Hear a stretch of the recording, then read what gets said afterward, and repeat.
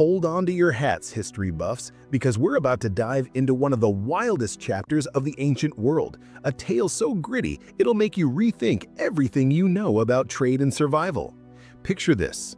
It's the 2nd century BCE, and you're smack in the middle of the Silk Road, that legendary highway of commerce stretching from the heart of China to the far reaches of the Roman Empire. Forget the glitz of imperial palaces. This is where the real action happens, with a caravan of Han Dynasty traders leading the charge. Their camels, groaning under the weight of silk, spices, and jade, trudge through a landscape that's equal parts breathtaking and brutal.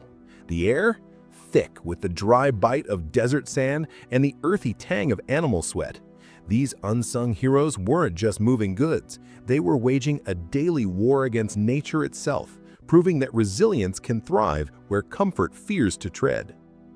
Now, let's get one thing straight. The Silk Road wasn't some glamorous trade route lined with luxury stops. Oh no, it was a sprawling, treacherous network of paths weaving through deserts, mountains, and steppes. These traders weren't the silk-clad elites you might imagine. Most were ordinary folks, farmers, laborers, or small-time merchants roped into a journey that could last months. Their days kicked off before dawn with the rhythmic creak of wooden carts and the low, tired moans of camels setting the soundtrack. They packed provisions, barley cakes, shriveled fruits, and water skins, but the desert had other plans. Supplies dwindled fast, and hunger became a relentless companion, pushing these men to get creative with the resources at hand. And here's where it gets wild. Enter the rat. Yes, you heard that right. The scrappy little rodent you'd swat away at home turned into a lifeline for these traders. Dig into the archaeological treasures of Turfan in modern-day Xinjiang, and you'll find rodent bones tucked among the trade goods, a clue to a survival tactic born of sheer necessity. These clever traders trapped rats in camp crevices or along the route, roasting them over crackling fires to keep starvation at bay. The meat was tough, with a gamey kick that'd make a palace chef faint, but it was fuel. This wasn't a gourmet choice. It was a stroke of genius forged in desperation, a testament to the ingenuity that kept the Silk Road alive. But survival on this route was no picnic. Bandits lurked like shadows, ready to ambush a caravan distracted, while sandstorms could swallow a man whole in seconds. Traders banded together, their numbers a fragile shield, yet losses were a grim reality. Water was rationed like liquid gold, sipped sparingly by man and beast. When wells dried up or oases vanished, rats became the unsung heroes, their populations thriving in abandoned ruins or caravan edges. Some traders even grew to admire these critters, marveling at their own tenacity in the harsh wilds. This practice wasn't just a Han trick. Persian and Sogdian traders along the same routes adopted it too, stitching together a patchwork of survival across cultures. The push came from Emperor Wu of the Han Dynasty, who saw the Silk Road as a golden ticket to wealth and alliances. You could almost hear the imperial decrees rolling out, urging traders to conquer the West. But on the ground, it was a different story. These men carried more than goods. They bore the weight of their families' dreams, knowing failure meant disgrace. The silk they hauled was light but priceless, a symbol of Chinese craft, yet it fed no one. Rats, by contrast, were plentiful, their presence a quirky lifeline. This reliance flipped the script on Confucian disdain back home, where scholars sneered at such lowly fare. For the traders, though, it was a practical defiance, a choice that kept them marching. And yet, the mind boggles. How did they handle the mental strain? Months from home, dining on rats, dodging death at every turn. What fueled their spirit? Their grit shines through, but the deeper layers of their endurance remain a mystery. As you soak in their saga, you might wonder, what other hidden tales lie buried in the Silk Road's sands, waiting to be unearthed? Welcome back, history enthusiasts, as we plunge deeper into the dusty trails of the Silk Road, where our Han Dynasty traders are still battling the odds with their unexpected ally, the rat. Last time you joined them at the edge of a windswept desert, marveling at their ingenuity as they turned a common pest into a lifeline amid scarcity. Now, let's peel back the layers of their journey, exploring how this gritty survival tactic shaped their lives and the cultures they touched along the way. The 2nd century BCE wasn't just about trade. It was a crucible of human endurance, and these men were its unsung alchemists. As the caravans pressed onward, the reliance on rats evolved into a sophisticated strategy. You can picture the traders huddled around flickering campfires, sharing techniques honed by trial and error. Some crafted simple traps from woven reeds, baited with scraps of dried fruit, while others relied on the keen eyes of their camel drivers to spot rat burrows in the sandy wastes. The catch was cooked slowly, the smoky aroma mingling with the night air, a stark contrast to the lavish feasts of the imperial court back in Chang'an. This wasn't mere sustenance, it was a ritual of survival, a moment of camaraderie that bound these men together. Oral histories, pieced together from later Silk Road accounts, suggest they even developed recipes, roasting rats with wild herbs or drying the meat for tougher stretches, turning necessity into a curious art form. This practice rippled beyond the Han, influencing the diverse peoples they encountered. Along the route, Sajidian merchants from Central Asia and Persian traders adopted similar habits, creating a shared culinary culture born of hardship.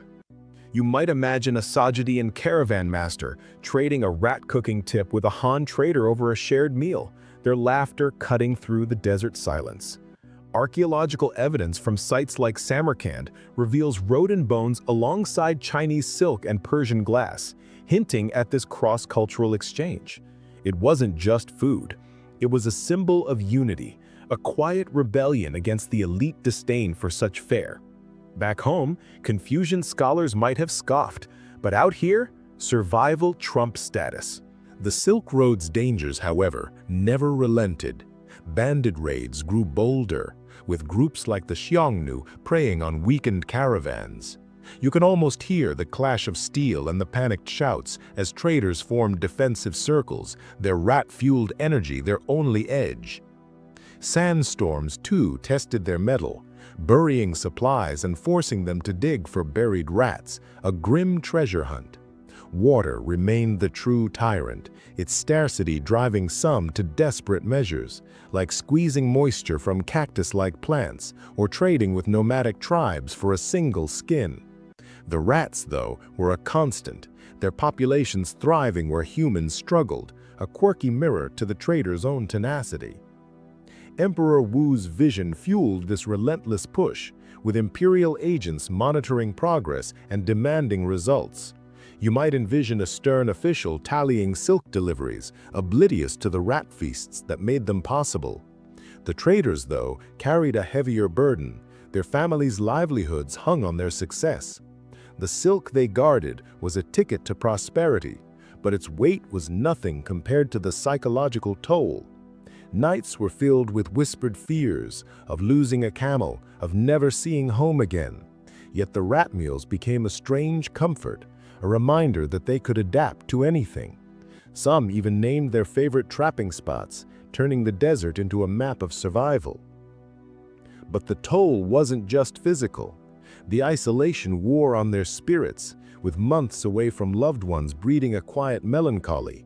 Traders coped by sharing stories, tales of rat feasts that grew taller with each retelling, laced with wry humor. These narratives, preserved in fragments by later historians like Zhang Qian, reveal a resilience forged in adversity. Yet the question remains, did this reliance on rats change how they saw themselves or the world they returned to? As their journey deepened, so did the mysteries of their inner lives, leaving us to wonder what drove them through the darkest nights. Welcome back, history lovers, as we wrap up our epic trek along the Silk Road, where our Han Dynasty traders have turned the humble rat into a legend of survival. You've journeyed with them through scorching deserts and bandit-haunted trails, marveling at their ingenuity as they roasted rodents to stay alive. Now, let's dive into the climax of their saga, where their grit faces its ultimate test, and their legacy ripples through time in ways you might not expect. The 2nd century BCE was a proving ground, and these men were its quiet conquerors. As the caravans neared their destinations, be it the bustling markets of Samarkand or the distant ports of the Roman Empire, the stakes soared. You can imagine the tension thickening, the traders' eyes scanning the horizon for the first signs of civilization after months of hardship. The rat feasts, once a desperate measure, became a badge of honor, a story to trade alongside their silk. But the final leg was no victory lap. Bandit ambushes peaked here, with the Xiongnu and other raiders sensing the traders' exhaustion. In one recorded skirmish near Dunhuang, a caravan lost half its goods but clung to life, their rat-fueled strength outlasting the attackers. This resilience turned a meal into a myth, whispered in awe by those who heard the tale. The arrival at trade hubs brought a bittersweet relief. You might picture the traders unloading their precious cargo, silk gleaming under the sun, spices perfuming the air, while exchanging rat cooking tips with Sogdian and Persian counterparts. Archaeological finds, like those at Palmyra, show rodent bones mingled with luxury goods, proof of this shared survival culture. The Han traders returned home heroes, their families welcoming them with feasts that paled beside the desert's lessons. Yet the psychological scars lingered, nights haunted by the desert's silence, the taste of rat meat a lingering memory. Some brought the practice back, quietly integrating it into rural diets, a subtle shift in Chinese culinary history. Emperor Wu's dream bore fruit, with the Silk Road cementing Han influence and wealth.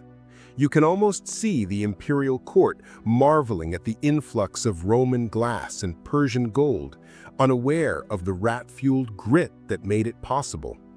The traders' success bolstered the dynasty's power, but it came at a cost. Many never returned, their bones bleaching in the sands, their stories carried by survivors.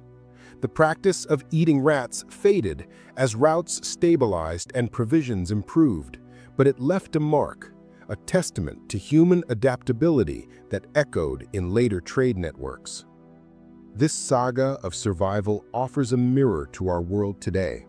The traders' willingness to embrace the unconventional, eating rats to live, parallels modern innovators who defy norms to overcome crises. Their resilience shaped not just the Silk Road, but the global exchange of ideas, laying the groundwork for the interconnected world you navigate now. As you reflect on their journey, consider this: what hidden sacrifices from our past still shape the comforts we enjoy? The answer might be buried in the sands, waiting for the next curious soul to uncover. Thank you for joining this adventure. Stay tuned for more tales from the past.